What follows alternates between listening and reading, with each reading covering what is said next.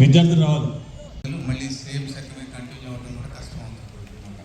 కాబట్టి మనందరం కూడా నిజంగా యాదగిరిగుట్ట దేవస్థానానికి నవశకం రావాలంటే మనందరం కూడా నిస్వార్థంగా మన పూర్వీకులు ఎప్పుడైతే స్వాతంత్ర పోరాటం కోసం ఎవరైతే పూర్తి నిస్వార్థంగా వాళ్ళ కుటుంబాలని వాళ్ళ జీవితాలని త్యాగం చేసి పోరాటం చేసి మన కోసమని తరాల కోసం చెప్పి వాళ్ళ సుఖాలని సంతోషాలని ఆస్తుల్ని జీవితాలని కూడా పణంగా పెట్టారు. మనం అంత కాకపోయినా అంతలో కనీసం 1/100 అయినాయి. 100% కాకుండా 1% అయినా మనం దాన్ని అమలుపరచగలిగితే ఖచ్చితంగా నవశకం ప్రారంభం అవుతుంది. ఈ నవశకాన్ని మనమే మన కళ్ళతోటి చూడగలుగుతాము. వచ్చే సంవత్సరం పింగళి వెంకయ్య గారు ఈ యొక్క త్రివర్ణ పతాకాన్ని రూపొందించడం జరిగింది.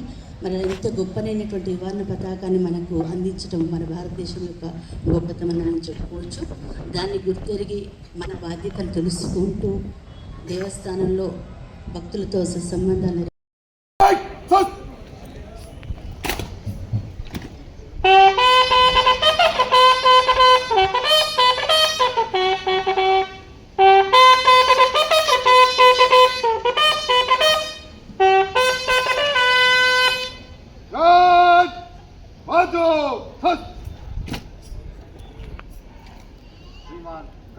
के लिए हाजिर है।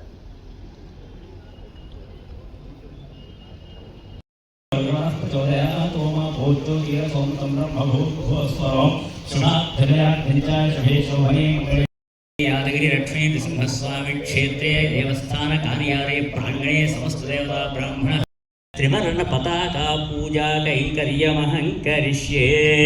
आरंदे राजा ध्रुवं देवो बृहस्पतिः ध्रुवं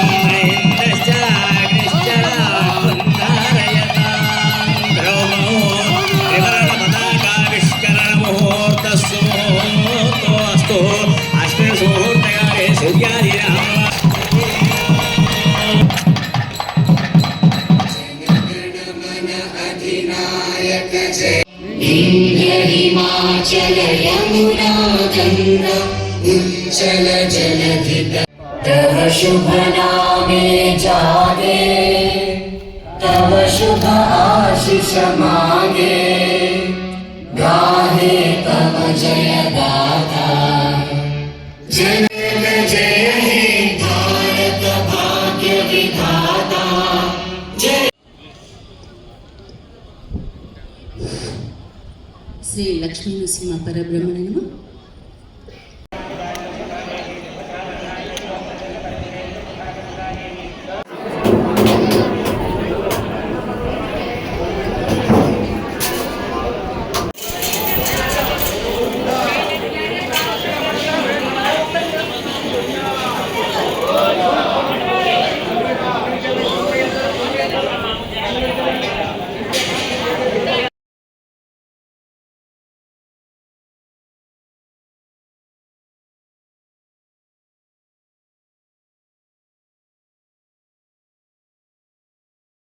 मलितं वदिष्ठापि वदोदकन्त्रणान् यतो ओम ऋक्षजदा इति क्रमकम् ऊर्ध्वं विसृजेत